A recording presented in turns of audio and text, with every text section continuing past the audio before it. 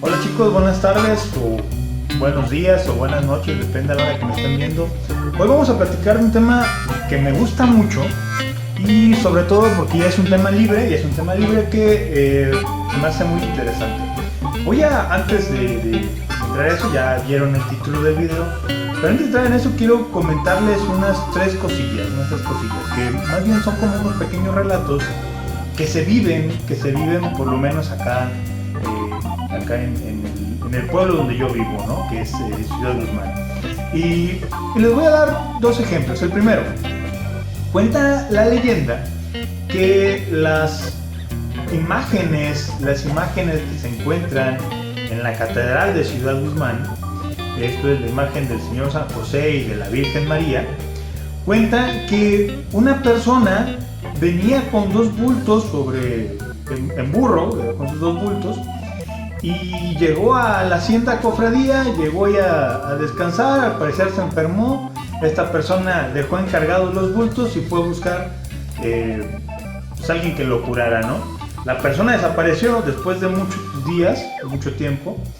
Los curiosos abrieron los bultos y aparecen las imágenes de Señor San José y de la Virgen María que actualmente están en la Catedral de Ciudad Guzmán. ¿Por qué les cuento esto? Porque es curioso, ¿no? Es interesante cómo es que de repente llegan unas imágenes, unas esculturas que algunos estudiosos dicen que vienen desde Guatemala. Pero ¿cómo es que llegaron y nadie las ha reclamado? Nadie las reclamó. Pareciera que fue un encargo que trajo esa persona y vino y los dejó en este lugar. Otro ejemplo muy bueno y todavía que muchos van a conocer, por lo menos acá en la región, es que cada fecha en que sacan a pasear, le llaman aquí a las andas, sacan a las imágenes, a hacer un desfile por el pueblo, todos dicen, y de hecho todos lo ven, y es algo ya común, ¿no? Dicen que la imagen se ruboriza, que el Señor San José se chapetea, se le salen rubor, se ruboriza las mejillas, y todavía más que suda ante el sol, ¿no? Y la gente lo ve y es algo común. Una imagen va sudando y eso es algo común. También la imagen del niño que trae cargando también le pasa lo mismo.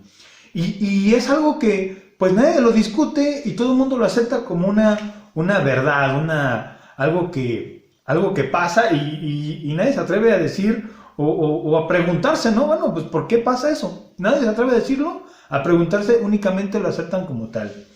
Y un último cuento, un último relato, es por acá, por estas regiones del sur, hay un pueblo que se llama San Gabriel.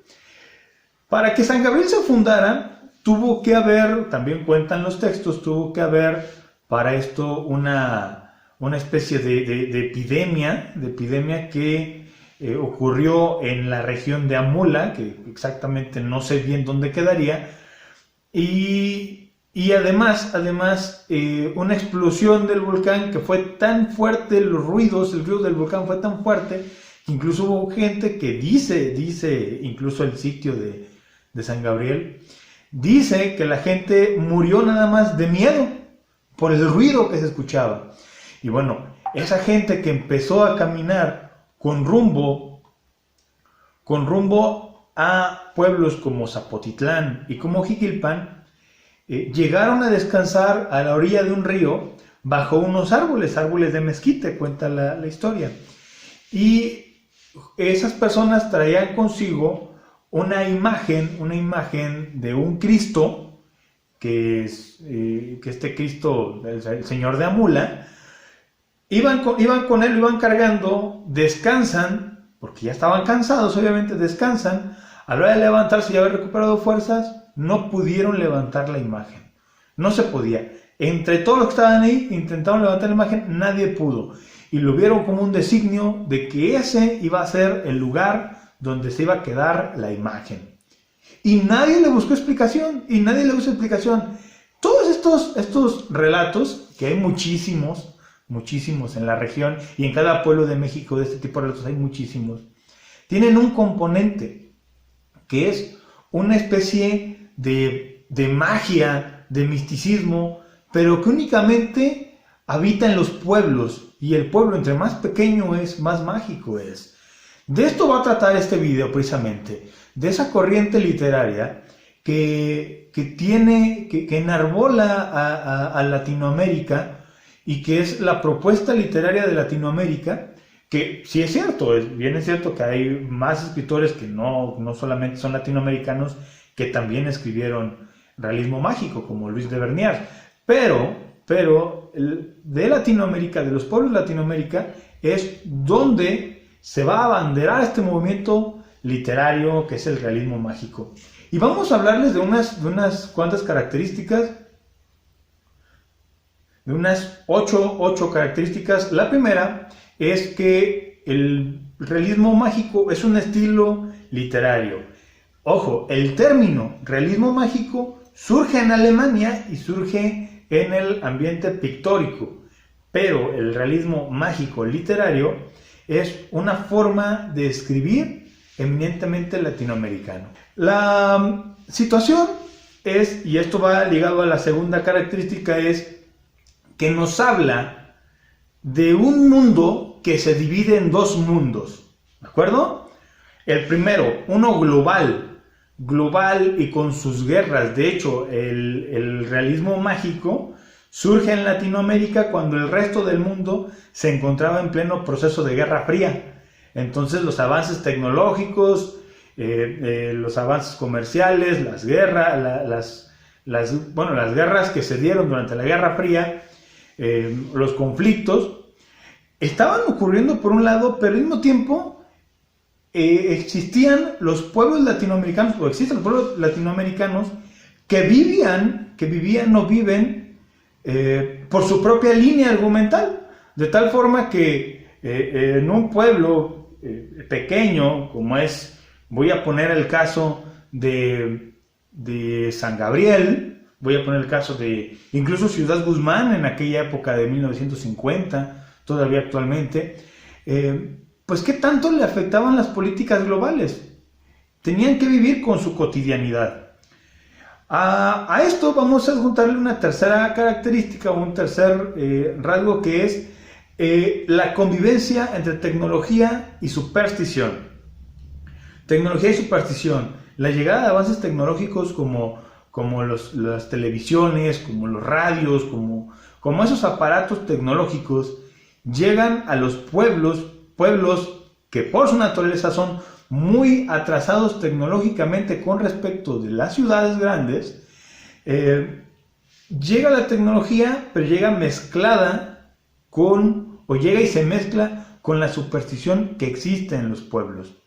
De ahí vamos a encontrar que en la literatura de tipo del realismo mágico va a tener como característica principal que la magia es algo cotidiano y que lo común se vuelve irreal, extraño.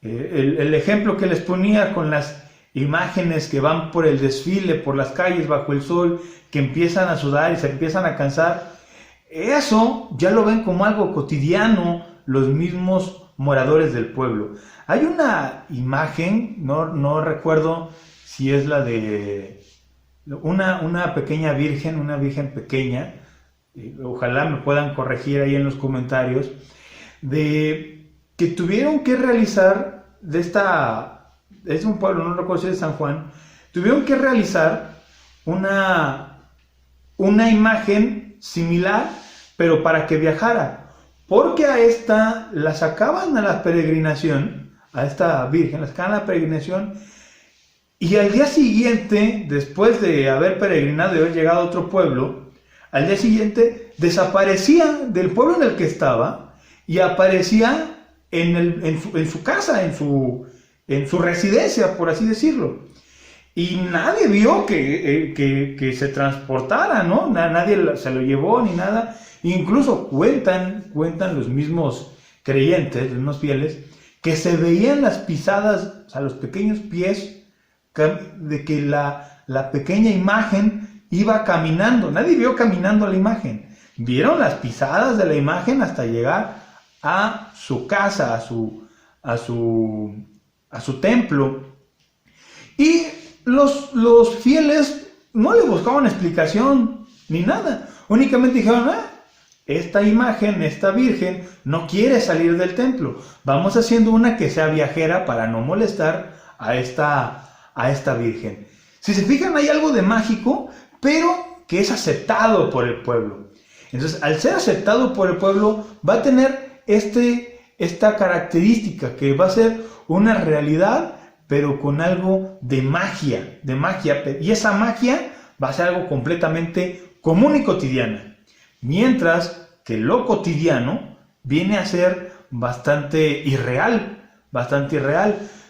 Si recuerdan, espero que tengan la oportunidad de leer, por ejemplo, 100 años de soledad, y cómo el coronel Aureliano Buendía se sorprendía con el hielo. ¿Cómo se sorprendía con el hielo? Por ejemplo, siendo el hielo algo tan cotidiano, bueno, para el pueblo no lo era tanto, porque en los pueblos latinoamericanos, pero estoy hablando de pueblos, no de ciudades, pueblos latinoamericanos, se vive con cierto atraso tecnológico, y mucho más en épocas de 1950 a 1980, todavía 1990, bastante atraso tecnológico. De ahí vamos a ver que otra característica es una evolución de los sentidos. Y es algo también, forma característica del lenguaje de las personas de los pueblos latinoamericanos.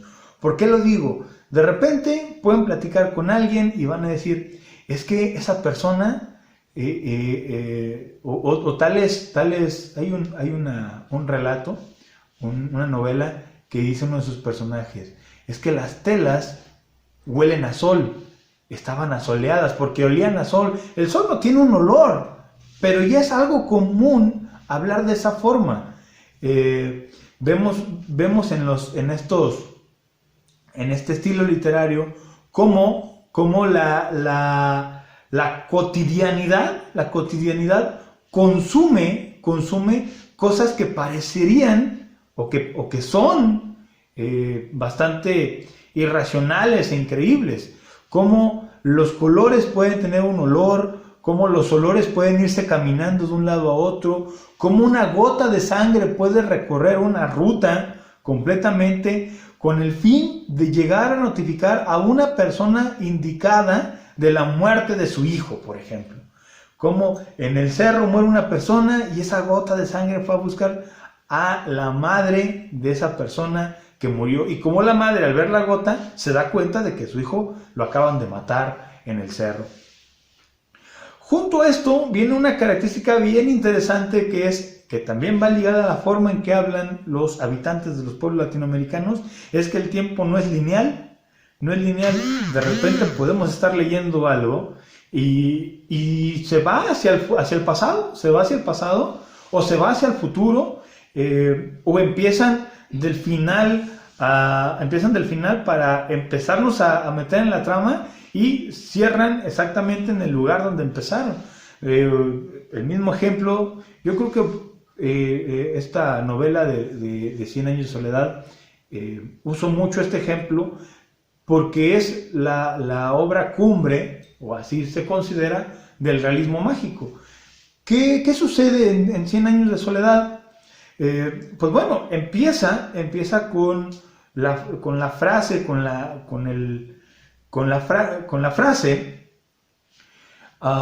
por todos sabidas, que tú por todos sabida, que es hasta muchos años después, justo frente al paredón de fusilamiento, algo así.